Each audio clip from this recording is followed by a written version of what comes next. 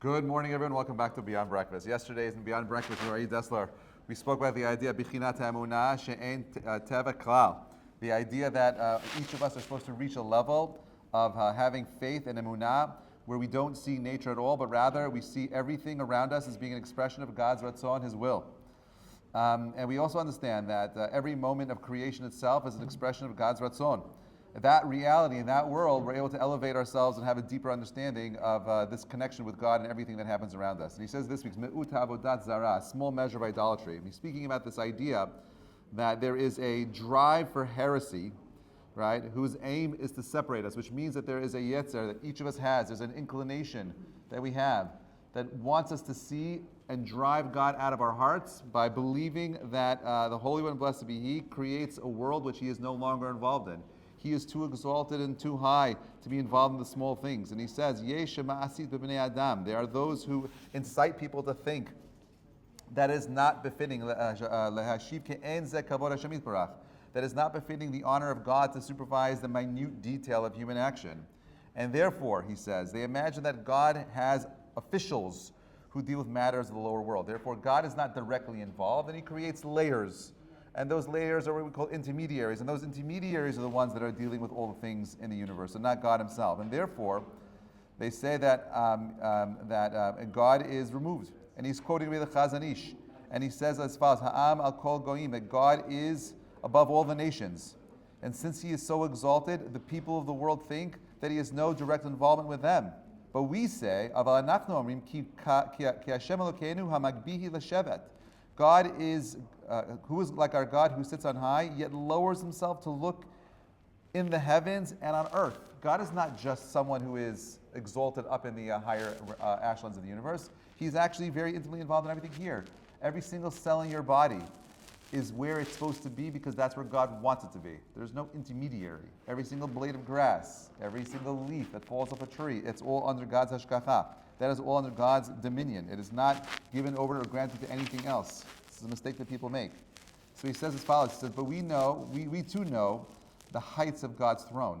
And more than that, he says, we understand that His supervision of the heavens is relative to Him an aspect of lowering Himself, meaning the fact that God is involved in every single aspect is a level of humility. He doesn't need to be involved. When you're an infinite being, why are you bothering yourself with a finite, issues? And even more than this, he says, not only is the distance between the heaven and the earth exceedingly great, he says, but in relation to His exaltedness above all the worlds, that distance is as nothing, as absolute as insignificant. Meaning, if an ant woke up in the morning and crawled up on your table and said, "Wow, you look great today," doesn't really move you in any way because it's just an ant, right? You get up and you make your prayers. It's insignificant relative to God's awesomeness. But yet somehow, L'chein Katuv, the pasuk says, "Hamishpili lirot b'shamayim ba'aretz," right? God who lowers Himself to look in the heavens and on earth, to teach us that this same attribute of humbling applies to His providence over both the upper realms and the lower realms. Because even an angel relative to God is insignificant, right?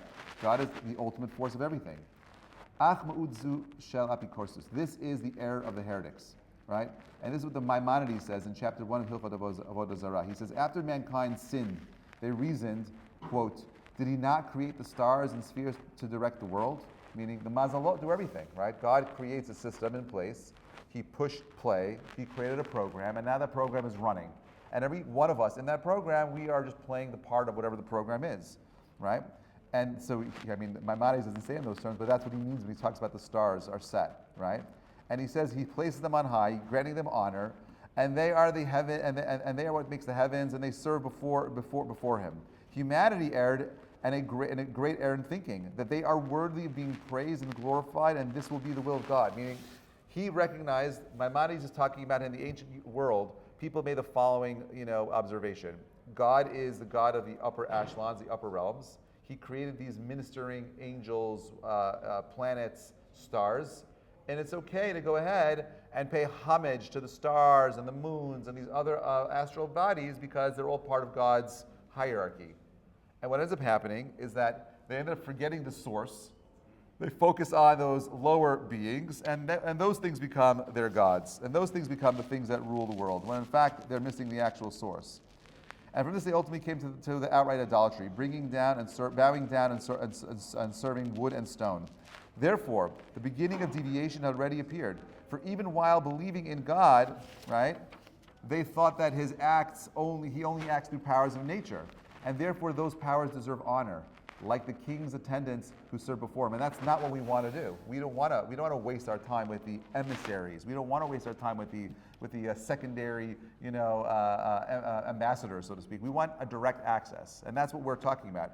Emunah is actual faith, according to Rav Dessler, is this idea that you're only thinking about that true source. And there's all sorts of things. There's a famous